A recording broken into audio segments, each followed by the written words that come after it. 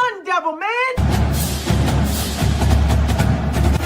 27-yard line. That's a great call. Blake Baker, Plummer will put it up, throws over the middle. Pull, touchdown.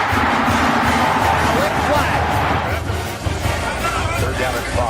Levitt swings it to Scatterboom. Scatterboom breaks defenders. Here he goes again. Another touchdown.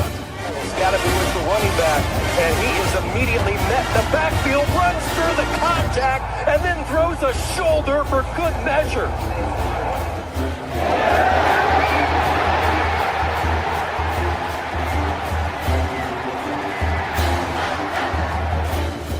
Shut this defense here. That is true. High in the air.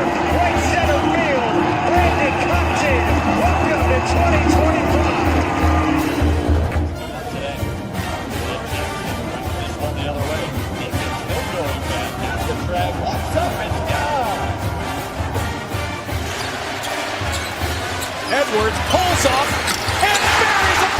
Richardson drives out for Robbie Ryan. Hurt 3 right on the money.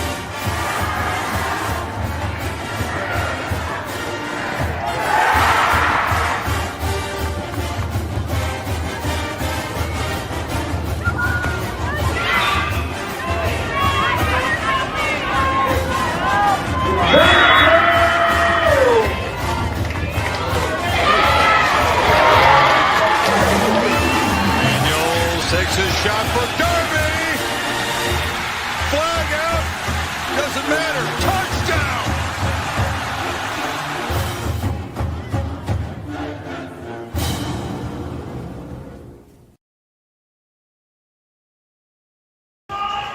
Two-0 pitch. Hit deep to right center field. It is far. It is gone. It's a grand slam to send Arizona State to the Super Regionals.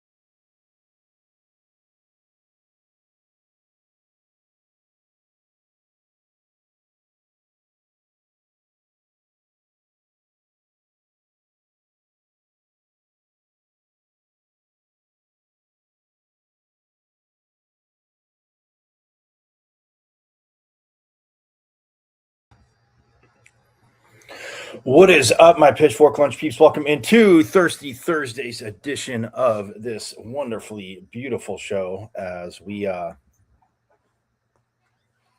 get rocking again. Awesome day yesterday. So glad those of you that joined us was able to come out, obviously get a little live look-in at Sun Devil softball before they took off for Austin as they were headed there.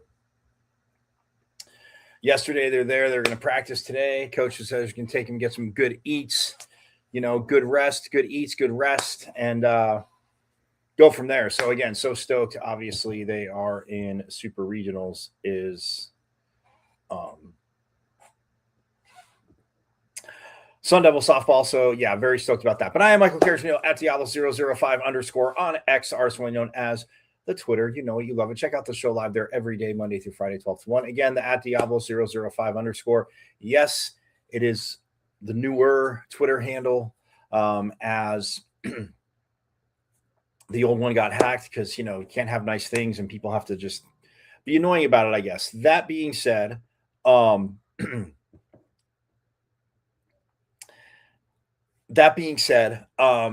yes. Also, you can check out the show live. I don't know if I've ever told you this, Pitchfork Lunchers. This is a new one.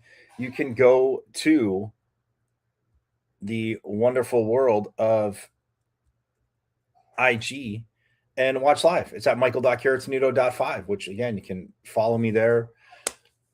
We can have a party, all that good stuff. But yeah, follow me there on the good old IG. Again, michael.caratonudo.5. So a dot between the first and last name, and then a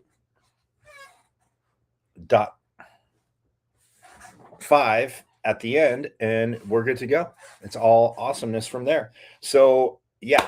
And then last but not least, this Pitchfork Lunchers. I know I may have told you every day, but I got to remind people again, forks up to the new subscribers, but go to YouTube, watch live on YouTube, but subscribe to YouTube because you have missed a plethora of phenomenal con reviews, just like yesterday.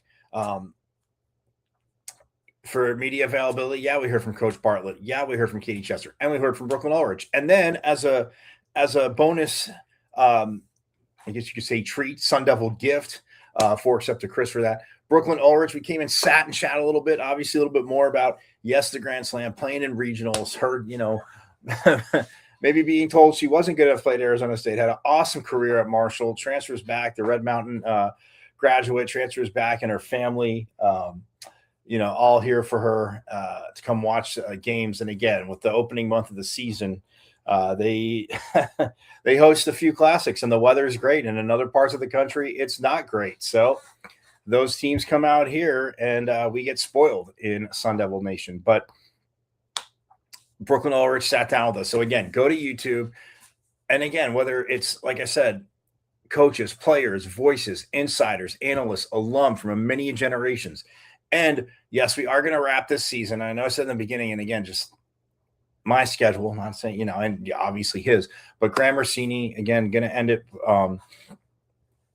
We're going to have him on. We're going to, obviously, it'd be great to recap the year and catch up with him, as he's a very busy man, very awesome AD, and just, again, this program absolutely rocking it. So that being said, go to YouTube. You guys know how to get there. You see my name, Michael Carasino, but my page is at M as in Michael, V as in Victory, C as in Champ, at MVC005 on the good old YouTube. And when you search it, for some reason, guys, search in all caps, because I don't know. Some people typed it in lowercase and couldn't get to it for a while, or didn't find. I don't know. I haven't tried either way. I have my YouTube channel, but Michael Carasino, again, you'll see a lot of the Pitchfork Lunch, like you see right there, right? Oops, right there. Like you see that, you'll see obviously the sign. So again, subscribing and forks up to the new subscribers, greatly appreciate it. So yes, you are going to want to do that. And like I said, because when I say you've missed a lot, for the veteran Pitchfork Lunchers, they know what I'm going to say. To the new watchers, forks up. I am glad you're here. I mean, it's genuinely awesome. Stoked you're here, but shame on you. Where have you been? But that's why I got you covered on the YouTube. You subscribe to the channel. Again, it's all free. But you can binge watch season 1, unlike the negativity of some people who shall not be mentioned, because we don't want to spread the negativity. You can binge watch season 1, keep watching season 3, binge watch season 2, keep watching season 3. And then when season 4 starts, you'll be all caught up. Again, conversations with these coaches, especially the coaches that come on, but even players that have been on multiple times. Again, we're just talking about different stuff. And, obviously they're doing things and growing and all that phenomenal stuff. So, but some people who, just want to be negative,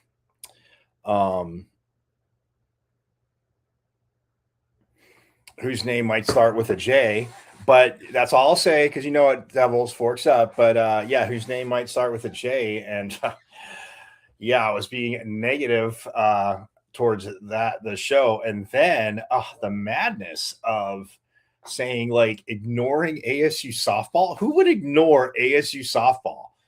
But whatever. So person J, whose name starts with a J, that's I'm just saying, we're not going to spread that negativity here in Sun Devil Nation and Pitchfork Lunch because my Pitchfork Lunchers know it.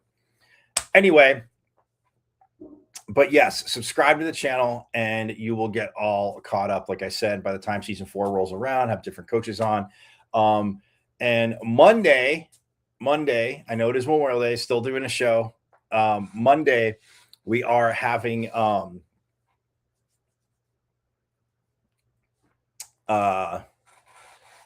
Coach Tuitele on. He'll be on this live again. If a lot of times I'm at schedule sit downs and you've seen it, like I said, obviously Coach Bloomquist had him right before the Big 12 tournament.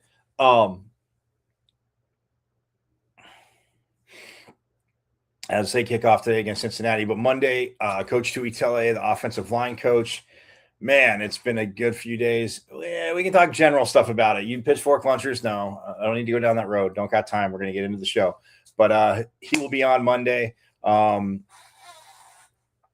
being Friday, I might have a baseball guest because of the Big 12 tournament. So, hey, but you got to stay tuned for that. But anyway, again, go to YouTube. You see my name, Michael Carrick. You know my pages at M as in Michael, V as in Victory, C as in Champ 005 at MVC005 on YouTube. Subscribe away, watch live, subscribe away. Forks up. Definitely appreciate the new subscribers. So, and then again, drop comments for the show. See me every now and then. Hit me up on like I said, on the X at Diablo005_, all that good stuff. So yeah, don't be bashful, but yes, let's get into it because first I want to men's golf. We are going to start there actually. Because I know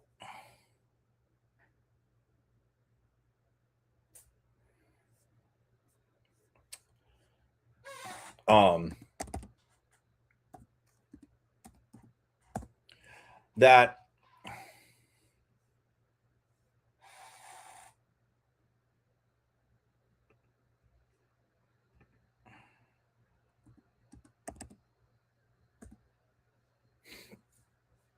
and I love when you go to the NCAA page and it says the 16 NCAA softball super. You know what? I'll get it to you. I'll show you the picture. I won't spoil it, but there's a little Sun Devil love there. Maybe not in the re-rankings after regionals, and maybe not in some people's, regionals team with a lot of talent out there. All I got to say is not one Sun Devil on the team that I saw, and I'm a homer. I know, but come on, you guys saw it, and it's not just because Ulrich hit the grand slam walk-off. The way Mac pitched, the way Mika Lupi pitched, hitting from, Sam Swan, Tanya Bill, Brooklyn Ulrich, Emily Shep, I'm just saying, goes on and on and on. But anyway, I get it. A lot of talent out there, like I always say. So in softball, it's different. Like you have crazy talent, but you're only going to have so many on the team. So obviously less numbers in football, but and then are going to play. So nonetheless, all I got to say is just surprised. But when you go to the NCAA page, it's pretty awesome.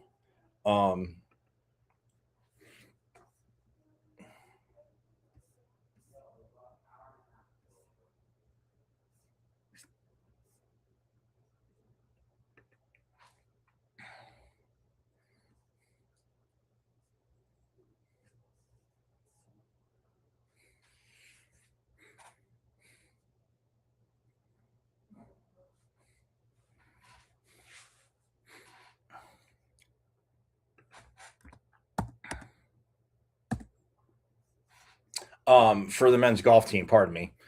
And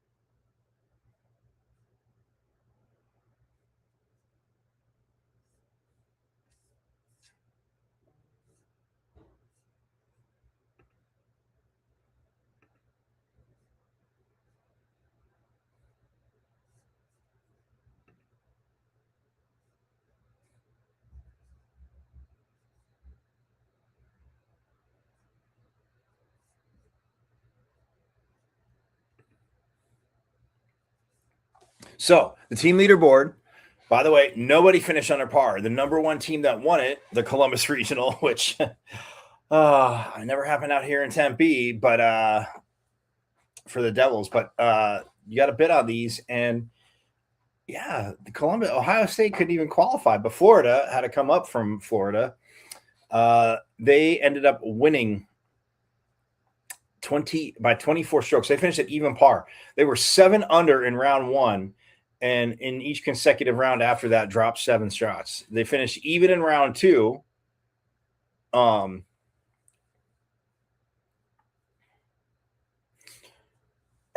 So they finished even in round 2, so they were still 7 under for the day. But then in round 3, in round 3 they went 7 over to finish, obviously, at even par. -7 +7, Stand and Deliver. Fill the hole. Love that movie. If you've never seen Stand and Deliver, classic. But yeah, they finished at even par. They finished first. They advanced. Stanford was 24 over. And man, they were 6 over in round 1, 7 over in round 2, but shot up to 11 over. And man, the pin placement. Look at the weather. I mean, again, pin placement, but conditions a little bit. Yeah, but again, I'm not going to go deep into that because I can go on a rabbit hole, talk forever, and that would, I mean, quote unquote, yes, everybody has to deal with it, but be a teeny bit boring. But it was challenging to say the least. So they were 24 over, finished second, 6 over in round 1, 7 over in round 2, 11 over in round 3. Memphis, unranked. Florida number 2, by the way. Stanford number 14. Memphis, unranked. They were in second, but they dropped a spot. They were 25 over, 1 shot, obviously back of Stanford. They were 5 over in round 1, 4 over in round 2, so actually shot better, but then went 16 over in round 3. Again, as you see, round 3, very, very tough. Florida State, though, and Utah. Well, Utah had one hell of a third round to make a run.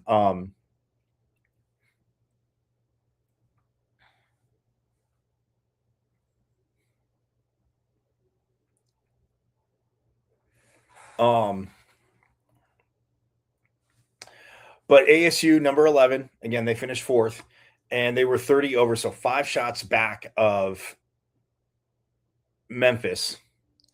But they were 10 over in round 1. You're liking it. You're saying, well, okay, it's tough. Round 2, they cut 5 shots off, so they're 15 over. And unfortunately, in round 3, the conditions again, it was tough. But they shot 15 over.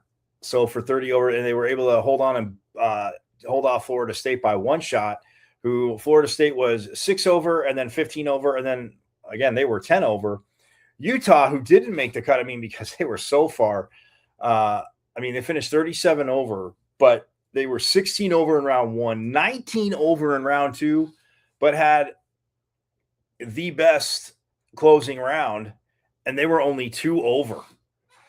But it put them at 37 over. So, yeah, they did not. They were 6 shots off of the cut, but ASU is in. So, Florida, Stanford, Memphis, our Sun Devils, Forks Up, and the Gators, the Seminoles of Florida State. So, Gators, Cardinal, Tigers, Sun Devils, Seminoles all made it. And for the ASU, well, player-wise in round 3, man, very, very limited. There was 9 birdies altogether. 9 birdies, 3 double bogeys. And this is between, obviously, all of them. It's not one player, but 9 birdies, 3 double bogeys. And on the bogey front,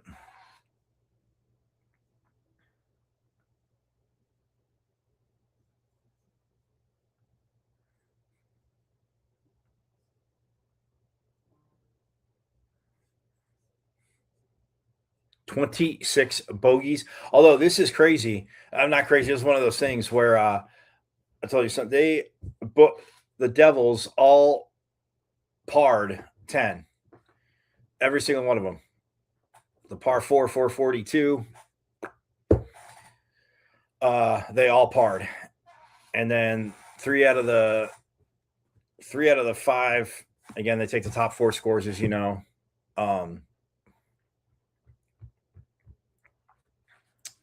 3 out of the 5 birdied 12 and the other 2 parts. So again, good there. But yeah, that's just 26 bogeys, 3 double bogeys.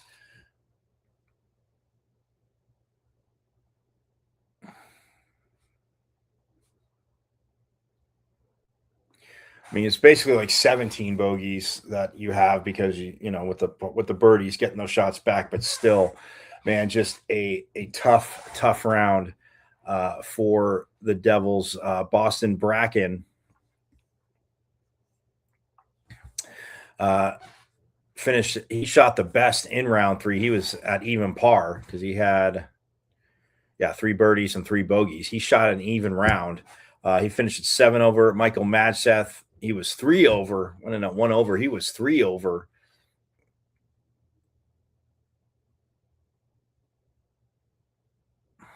Yeah, I mean, so he had 4 birdies and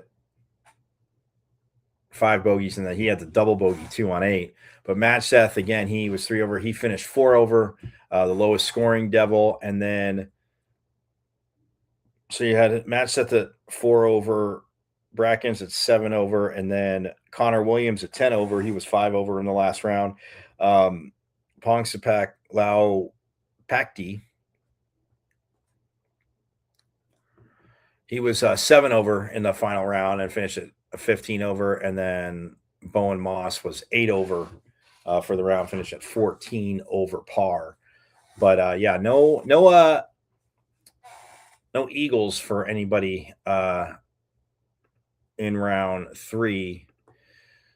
Connor Williams was the Eagle representative on the par 5 or the par 5 575 yard 4th hole. He was one of 7 people in round 2 that had Eagles, but I don't think anyone in round 3 of these top 5, I don't think any. Well, I wonder if Utah had anybody hit an Eagle. No, not in round 3, but man, Utah, I mean, you look at them. Brandon Robinson for Utah.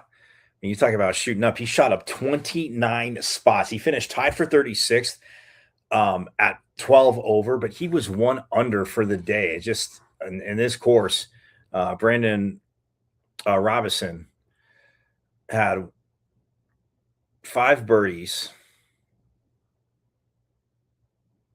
and 4 bogeys, but yeah, finished 1 under, and the rest, the other 9 holes, he shot par. So he was 1 under. And I mean, his teammates, Gabriel Palacios, like I said, Utah had the best score. They were 2 over for the day. He was even par.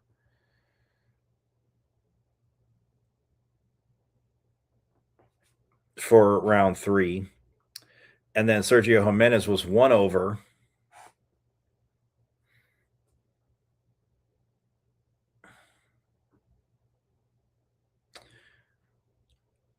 And then, Jack Jergy was 2 over. Davis Johnson, again, he was, the 5th, but he was 4 over. But again, taking the top 4 scores. So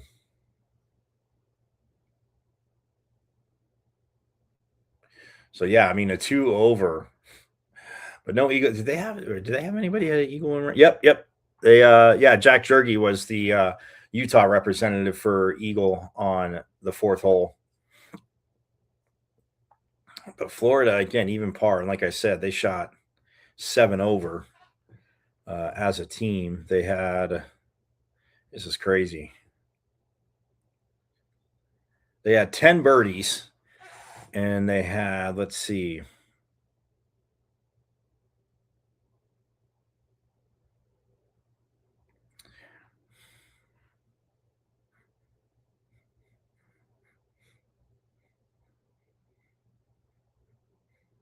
$19 bogeys and 2 double bogeys.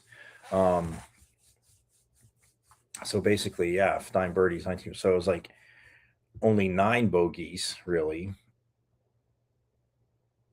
And then, but the 2 double bogeys, that's but yeah, I mean, Matthew Kress was even for the round. He finished at 1 over. And Luke Poulter, who was who finished even, he was 1 over. for the day, as was, Florida. You talk about Utah, but Florida even one over, and then Jack Turner, top four scorer, he was 5 over. But that's what the Gators did. Again, they finished at even par. But the player leaderboard, Luke Poulter of Florida, yes, the only person, well, nobody was under par, but he shot even par. Parker Sands, his teammate, 1 over. Christian Morneau of Memphis tied for second as well, being 1 over, as did Matthew Kress of Florida and Steen Zayman of Long Beach State finished fifth because he was 2 over, only one at 2 over, and then the only one at 3 over was Wilhelm Riding of USF, and then he was 6th. And then Michael Matcheth led the tie for seventh as he was 4 over, along with Zaiquin Zhao of Cal and Jack Whaley of Florida State. So those three were at 4 over, and then Jack Turner, like I said, of Florida was 5 over. So you can see why they won, because it's a parking lot for them up top for the Gators. And then let's see,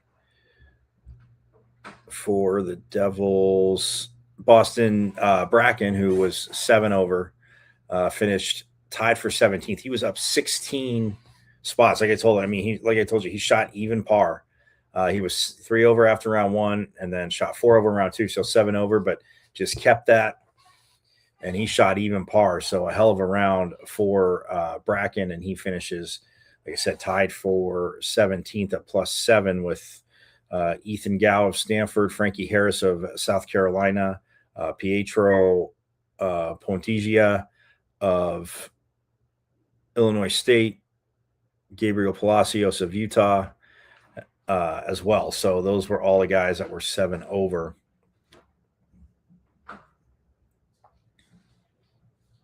And then Connor Williams finished tied for 27th. He was down 7 spots. As I say, he was 5 over. He was 5 over for the tournament, and then shot 5 over in the third round. But yeah, just it was a challenge with those courses again, and with nobody. Like I said, you look at Luke Poulter. He was shot for Florida. He shot even par in round 1, got out the gate solid.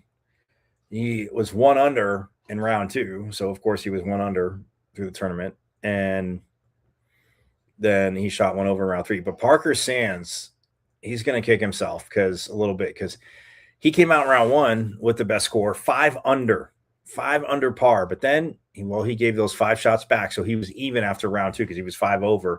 So after 2 rounds, he's at even par, and then he goes +1, and his teammate goes even -1 and +1. But he was even for the tournament, so 1 shot, but hell of a start by Parker Sands there. So, but yeah, for the Devils, again, they're moving on. That's all that matters. Yes, it was tough, but you sit there and you advance, and people say, "Oh, they might not be a threat." Yeah, I'm not saying Florida's not. Obviously, an L tournament, Stanford is Stanford, but the Devils were, 6 shots back of them, and Stanford shot 11 over the final round.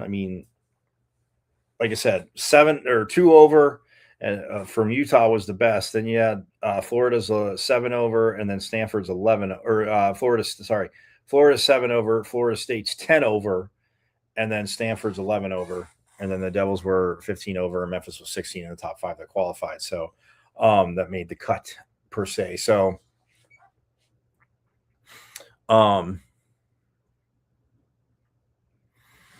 but yeah, that's, again, so stoked again for Coach Thurman. And yeah, not the prettiest of scores, I get it, but also, hey, by the way, the women are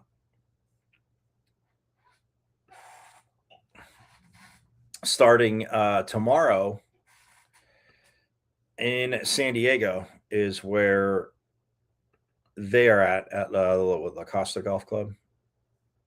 Yeah, the Omni La Costa Resort and Spa.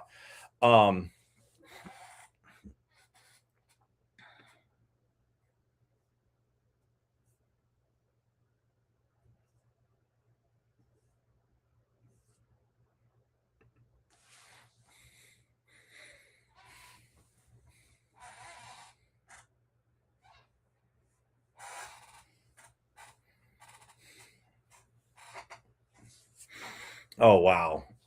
So they actually branded it instead of saying Ohio State University, they put the in front of it.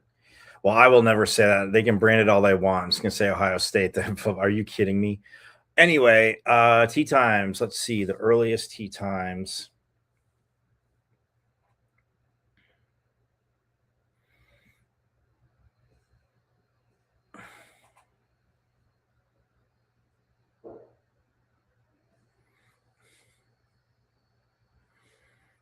Oh, there we go. There we go. All right, 6. Wow, that is tough, man. Let me see if I pass anybody because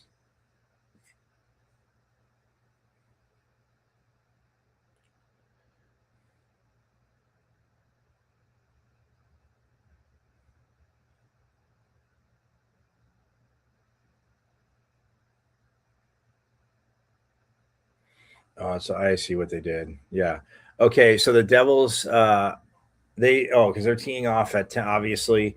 Holes 1 and holes 10 are when you have that many golfers, that many teams, but I should say, and that many golfers. So yes, the shotgun starts at 6:30 at 1 and 10.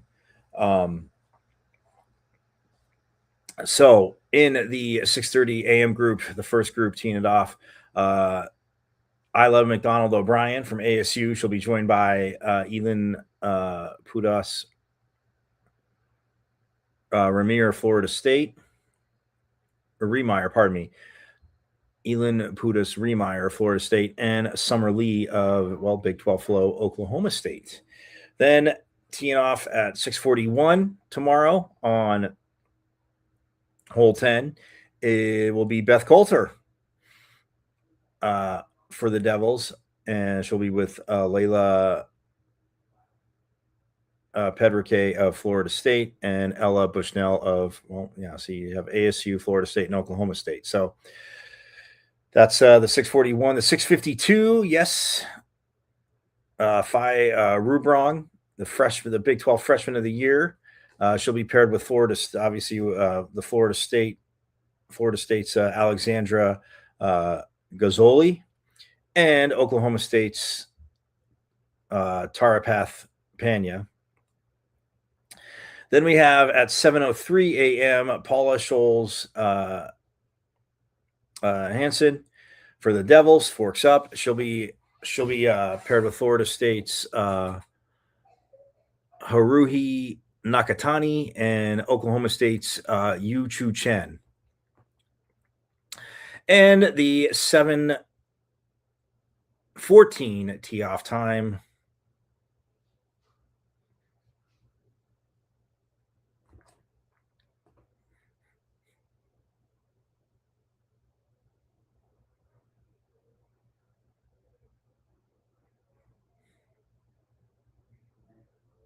Yeah, the 7:14 time, pardon me. We'll see Patience Rose, the Big 12 player of the year, taking on Florida State, or paired with, I should say, taking on and paired with, but Florida State's Sophia Fulbrook and Oklahoma State's Marta Silchenko. So that's at 7:14 a.m. As live scoring. It'll start early tomorrow. So when I'm on here, guess what? We will have updates for women's golf. So that's absolutely going to rock it. But hey, carry it on a little bit. Take a break. Come back. We're going to talk baseball. Obviously, got to talk baseball as they are taking on Cincinnati tonight, opening the Big 12 tournament. So we'll take a quick break, come back, talk Coach Bloomquist, talk baseball. We're going to hear from Cole Carlone. We're going to hear from Nuke Contradas. I promise you all that. Got it right here. So we'll step aside and have more Pitchfork Lunch coming right up.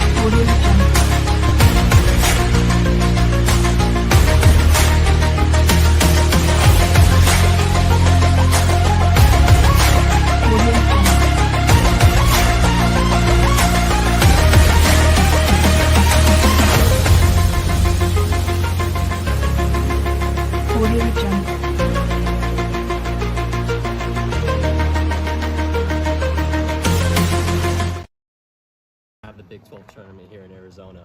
Yeah, it's definitely nice being able to have it in the Valley. You know, we're kind of used to the weather, used to the environment. I know that plays a little bit of a factor, and just kind of hopefully we'll have a lot of fans out there, so that'll be good. And yeah, I'm excited. So it was nice having that 2 years ago here, and nice to have it now. So. Well, you see a lot of pitchers kind of do the opposite route that you did, going from starter to reliever and then having success. What about your skill set kind of convinced you that going from reliever to starter was something that you were capable of doing? Yeah, well, I was kind of used to starting in high school, so I kind of had that background. And then just kind of the mentality coming out of the bullpen, like you have to come in, fill up the zone right away. You're always in high leverage situations, and I feel like this year I put myself into some of those that I probably shouldn't have, but I was able to kind of get out of it because I was kind of used to staying composed in those situations. And I feel like that was kind of a big thing for me. So I think mentally, on the pitching side, it was kind of all the same. Like I'm out there, I'm still pitching. It just the innings changed, the warm up changed. That was kind of the biggest thing, was making sure my body was ready to go, and that's kind of been what's kind of helped me have the year I've had, is just making sure my body's is good to go. Were there certain moments when you started the game that you felt like, okay, I can't come out here and like max out initially? Like, do you feel like you have to dial it back at certain points this year just to get through 5-6 innings? Honestly, no. I feel like for me, like I have to be foot on the gas at all times, or else like you can't let down in any moment, or else you might let one thing slip away. So I feel like for me, it's got to be full go every pitch, and that's kind of the ramp up to start the year. You know, my pitch count was a little bit lower just because you can't go in and throw 100 pitches on opening night. So I feel like the buildup we've had for me has been really helpful. Thanks to Jeremy has been awesome with that, and I think that's kind of been because I got to be full go every time. I can't take anything off, or else I'm not going to be as effective. So that's kind of why.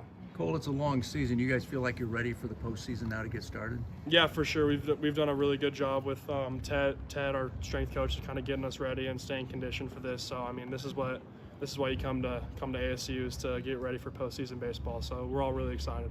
And Cole, obviously you guys are prepping for your games and everything, but to see obviously softball doing what they're doing too, the bat sports kind of being pretty hot. What's that like for you guys? Yeah, that's super cool. You know, it's awesome being able to see them go out and win the Big 12 championship, and then go to College Station and win that regional. That was unbelievable. So we definitely kind of want to follow in their footsteps and keep and kind of follow them and do what they're doing. Every day you take the field, you see the history here. What would it mean to add something to the outfield wall? Yeah, it would mean a lot. That's why I came here. That's why I wanted to stay home. Is kind of bring ASU back to the tradition it was, and add a couple more numbers up there for a 26 would look nice on both of those. So, yeah. Are you pressing coach to start Thursday? I'm not sure that right now that's the plan, but it is. It's not like I haven't been told anything yet. So I'm pretty sure I'll probably talk to them soon, but I'm not sure what the plan is for so far. So what's it been like watching Landon do his thing this year? It's been unbelievable.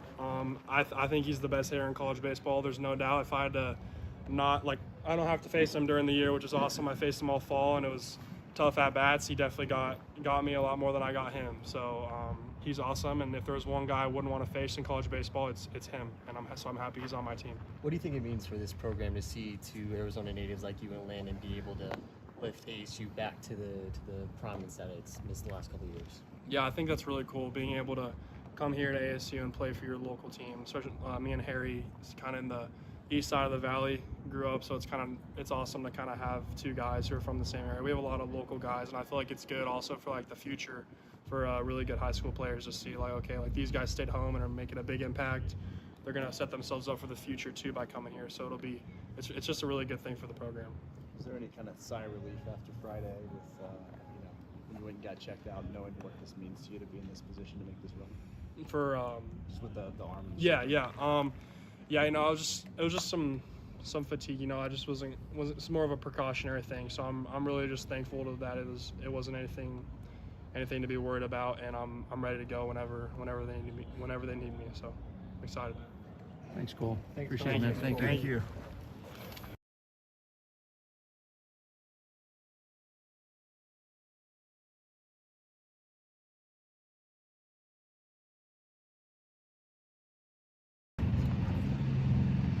You excited about the tournament coming up this weekend? Oh man, I'm stoked. It's gonna be a good time. A lot of good teams. Yeah, we've been preparing for this the whole season, so it's exciting. What's this journey been like for the years here at Arizona State? Kind of seeing the light closing at the end of the tunnel here today. Man, it's been a blessing. Past 4 years have been the best 4 years of my life. Super grateful for this program and this school. Super grateful for all the ups and downs. I think it helped me grow as a person. So yeah, just super grateful. For you to have the kind of year you had this year, it finally mean to have a big year like that, battling through injuries to be able to get back and find the baseball you know you're capable of. I mean, it's been awesome. I know I still got more in the tank, but yeah, it was fun. It was a fun year with the boys. So. Obviously, last year you weren't able to participate in the Big 12 tournament in the postseason, but from watching the team, what did you kind of take away that you want to bring into the tournament this year? I think just intensity. It's a tough tournament to win, being single elimination. So you got to bring it every pitch, every at bat. So that's the main thing I'm excited for, is just like the uncertainty of it. Baseball's a hard game, and so being single elim, you got to bring it every pitch. What was it like to find out you were on the Big 12 team? It was cool. It was cool. I try not to look into personal accomplishments too much, but it was cool to get recognized for sure. Yeah. Does this weekend in your own head help this week? I think so. Just adds a level of comfort that other teams don't get. So I think it definitely plays a role. Landon, as we talked about how special it's been, the difference there this year with you, or these past 2 years with you really. What's it been like to witness what he's done this year and also be able to pour some wisdom into him because of that? Yeah, I mean he's awesome. He's super mature for his age. We roomed together on the road. Yeah, he's awesome. He's just an awesome human being. So happy for him. He deserves it all. So yeah, he's awesome. Did you see this coming for him at the start of this year? Or? Oh, for sure. Just the way he goes about his business is just like he's just a professional about it. He's, like I said, he's very mature for being just a sophomore, and definitely can see this coming. Is there like a different feel that you feel in the postseason? Does the intensity heighten a little bit? For sure. Intensity's higher, you can understand, like, it's possible that any game could be our last, so just going in there with that mindset can definitely help us play our best ball. What gives you the confidence that this team will be able to build on last year's result and take it further? I think we're a tight-knit group, where we know what we can do. So yeah, I mean, we're just going to go out there and play our best ball and see where the cards fall. Obviously winning is contagious. Asking the other guys when you see what your bat counter sport is doing in softball and like what they've done. How cool is that just to watch and see from afar for you guys? I mean, that's awesome. Seeing Arizona State succeed is awesome. Like I said, I love this school, so seeing other sports succeed is awesome. And just trying to piggyback off that is important to us as well. Thanks a lot. Thank you. Thank you, guys.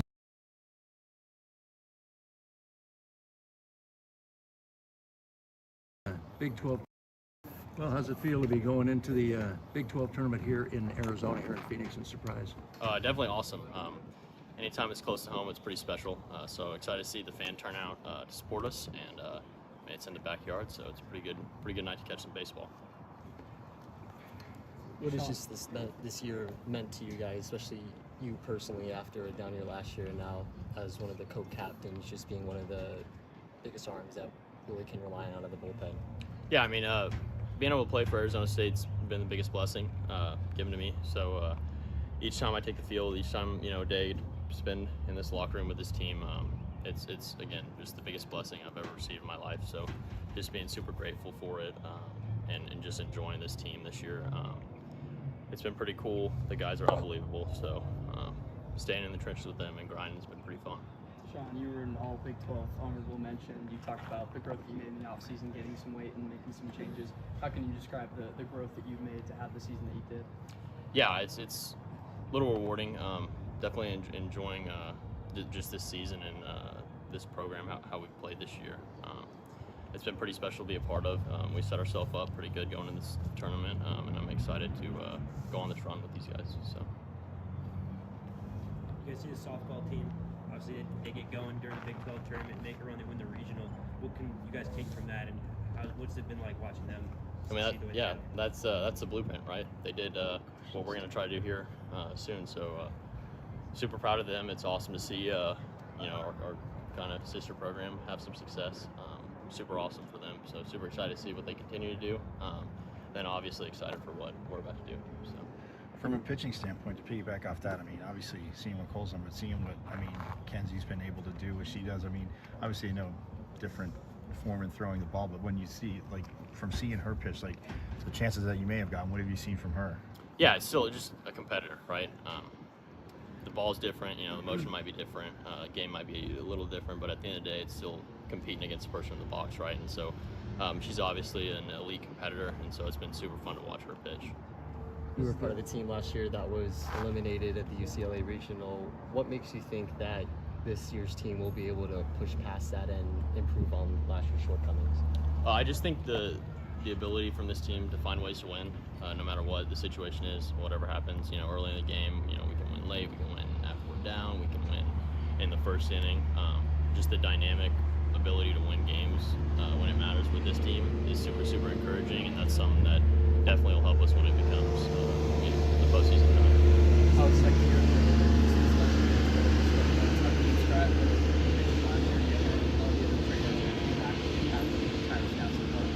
Yeah, it's awesome, right? Our job is to go out there, get strike one, get strike two, and then punch. So anytime you create leverage, it counts, especially with strike one. The tilt favors the pitchers a lot, so just getting ahead, staying ahead, all of our stuff on the staff's unbelievable. We got great arms and great breaking balls, everything. So just trusting that, going about it, executing pitches, and then the results, the strikeout, right? The process is executing that pitch. What's been a defining moment for you personally this season?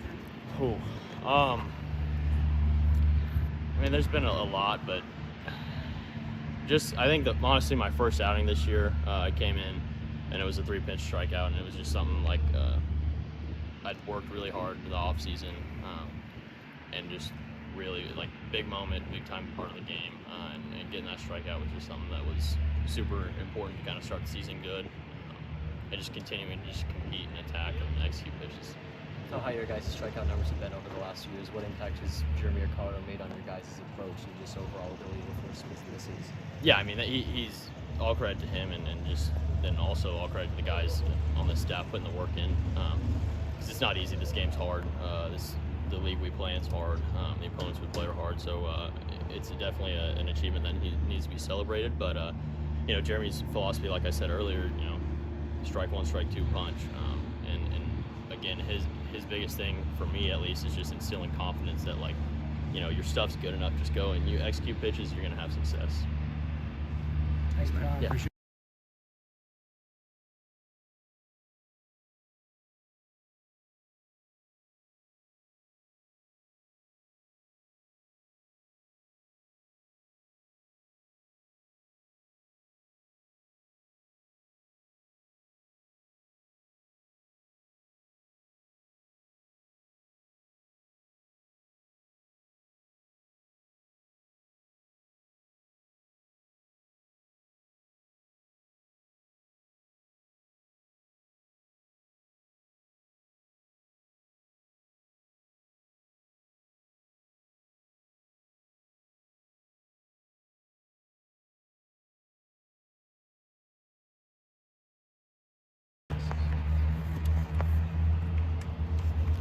How you feeling about the tournament being here in Surprise in Arizona? It's nice. It's nice to be home in a weather climate that we're used to, and have all our families come out here, especially. So it's nice. You ended the year on a tear and eventually earned the Big 12 All-Second Team honor. What has this last month of the season been like for you? It's been good. It's been nice to help my team. Get close to what we can do. Still a long way to go for us, and I know we can do it. But it's been nice to really contribute to the team. So it's been good. Was there anything specific that changed in your approach when talking with the coaching staff, or was it more of just actually seeing the results?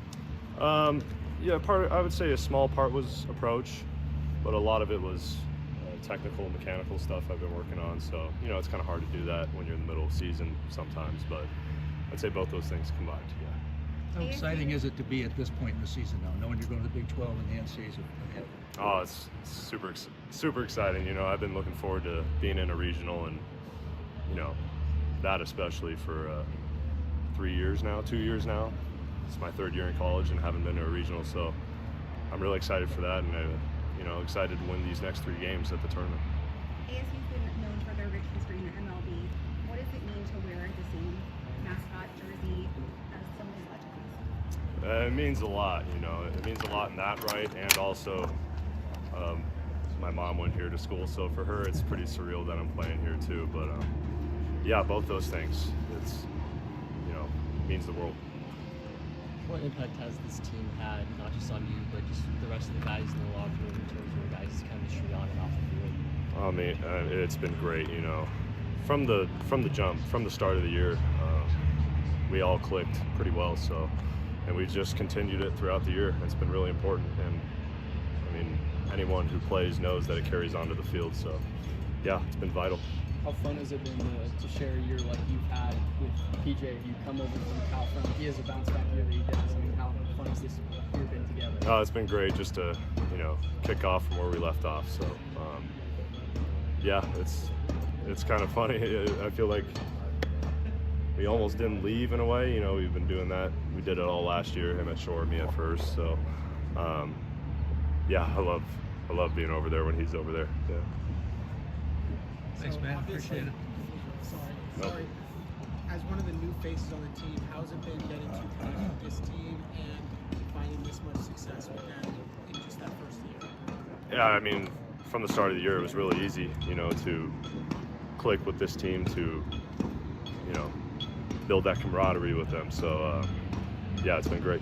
Talking about energy, what have you guys taken, and asking the other guys, but like just taking seeing with the softball, your bat sport counterpart in softball, and the success they've had with you guys? That's been cool. We've been following that a little bit.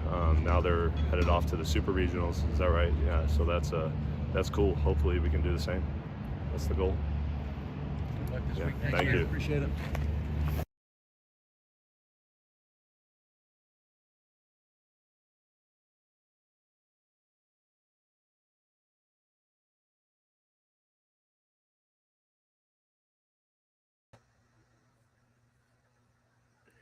Well, there you go. The baseball. Again, we heard from obviously Coach Bloomquist sitting down with us yesterday, but Landon Harrison, and then obviously New Contradas, Cole Carlone, Sean Fitzpatrick, Dominic Smaldino. Yes, Taylor Penn. I didn't forget about him. But yeah, we're out of time. We are out of time today, kids. So, but yeah, I mean, Bat Sports Golf, forks up, man. Coach Sturman just look. It was tough to get there, but they battled through. They survived in advance, and yeah, sometimes they play with, you know, a golfer in any sport, but a golfer surviving the course, the team battling out. Hey, now they get to head out west, back to their backyard, as where the women are too. I gave you the tee time starting tomorrow, so I have updates for that. Hopefully, I have a baseball guest on as well with the Big 12 tournament, efforting that, my pitchfork lunchers. But hey, hopefully we quenched a lot of the bat sports thirst, and for you here on this Thirsty Thursday. But I'm going to get out of here. You guys have a phenomenal rest of your Thursday. I will see you tomorrow. Same bat time, same bat channel. And yes, thanks to reigning back-to-back Big 12 champs women's volleyball. It is hashtag our state. School down south. Do remember that. It is hashtag our state. And we'll see with softball. Again, like I said, stoked with they start tomorrow night. Baseball tonight, getting the Big 12. Again, it is one and done in the Big 12 tournament. But again, they came in. We'll see who's you know, the Cincinnati team's been playing very well as of late, but the Devils, again, undefeated on a road series this weekend. Granted, it's not, you know, technically a far road game, but like Coach said when he was available, taking the bus to the other side of town, all that good stuff. So, yes, that is awesome. But yeah, they got Cincinnati tonight. We'll have updates, everything on that going. So have a phenomenal rest of your Thursday. I will see you tomorrow. Same bat time, same bat channel.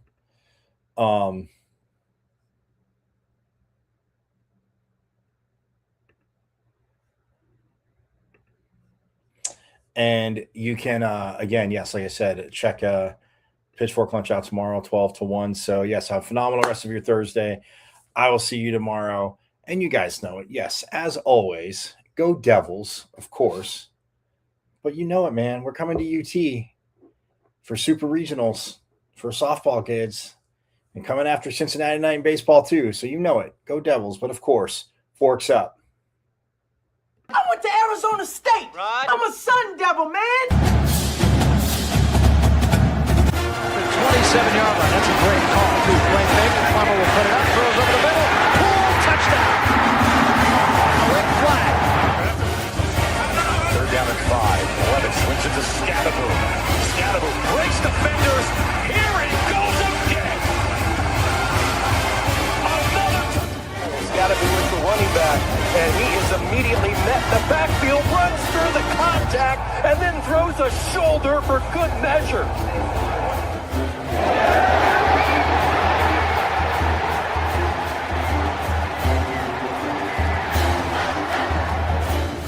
Chuck this team this year. That is true. High in the air. Right center field. Brandon Compton. Welcome to 2025. Today. He's going the other way. Still going back. That's the drag. Walks up and down. Edwards pulls off and buries it. Richardson drives out for Robbie Ryan. Her three right on the money.